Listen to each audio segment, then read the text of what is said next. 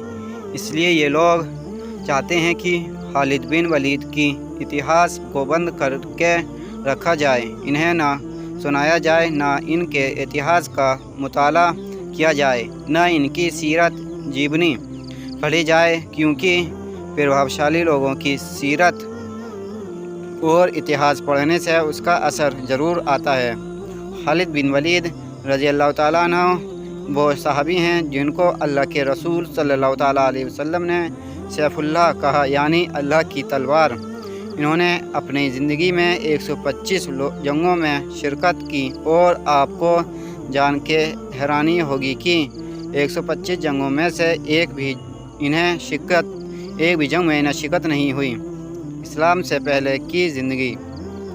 حضرت خالد بن ولید رضی اللہ تعالیٰ عنہ جو جانبازی تتھا رڑنیتک پیترے بازی ایوم ہوشیاری کے لیے بخیات ہیں، ان کا جنم سن 592 عیسوی میں عرب کے ایک نامور پریوار میں ہوا تھا۔ خالد بن ولید رضی اللہ تعالیٰ عنہ نے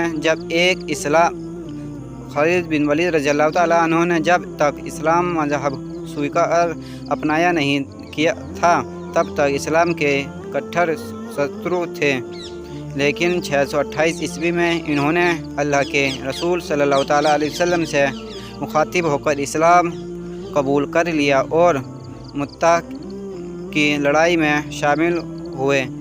اس روز سبھی امیر کے شہید ہو جانے پر امیر نہ ہونے کے کارن آپ کو یدھ کے بیچ میں ہی امیر بنا دیا گیا۔ اس روز آپ نے پرچنڈ یدھ کیا جس کا ادھارن آج تک نہیں دیکھا گیا، اور صبح سے شام تک آپ کے ہاتھ سے 9 تلواریں ٹوٹ گئیں اور ہار رہی اسلامی سینا کو بچایا اور وشال رومن سینا میں دہشت بھر دیا۔ خالد بن ولید اسلامی لشکر کے عظیم سپہ سالار رہے ہیں۔ اس زمانے کی 2 سپر پاور رومن سامراجیہ کیسر ہرکیولس اور پرسیا سامراجیہ کسریٰ اردشیر کی عظیم فوجوں کو جنہوں نے دھول چٹائی، اور دونوں مہان سامراجیوں کو اللہ کے فضل سے پر خدشے اڑا دیے تھے۔ خالد بن ولید رضی اللہ تعالیٰ عنہ ہر جنگ میں کامیاب ہوئے۔ انہوں نے ایک طرف شکتیشالی رومن سامراجیہ بیزنٹائن کو یورپ تک سیمت کر دیا، وہیں فارس ایران میں موجود شکتیشالی صفوی حکومت کو تو استتو ہی مٹا دیا۔ ایک بات غور کرنے والی ہے کہ عربوں کے سینکوں کی سنکھیا دونوں سامراجیوں کے سینکوں سے جنگ میں بہت کم ہوتی تھی، لیکن خالد بن ولید نے اپنے رڑنیتی کوشل، بہادری اور جانبازی کے بل پر ہر جنگ میں دشمن کو شکست دی۔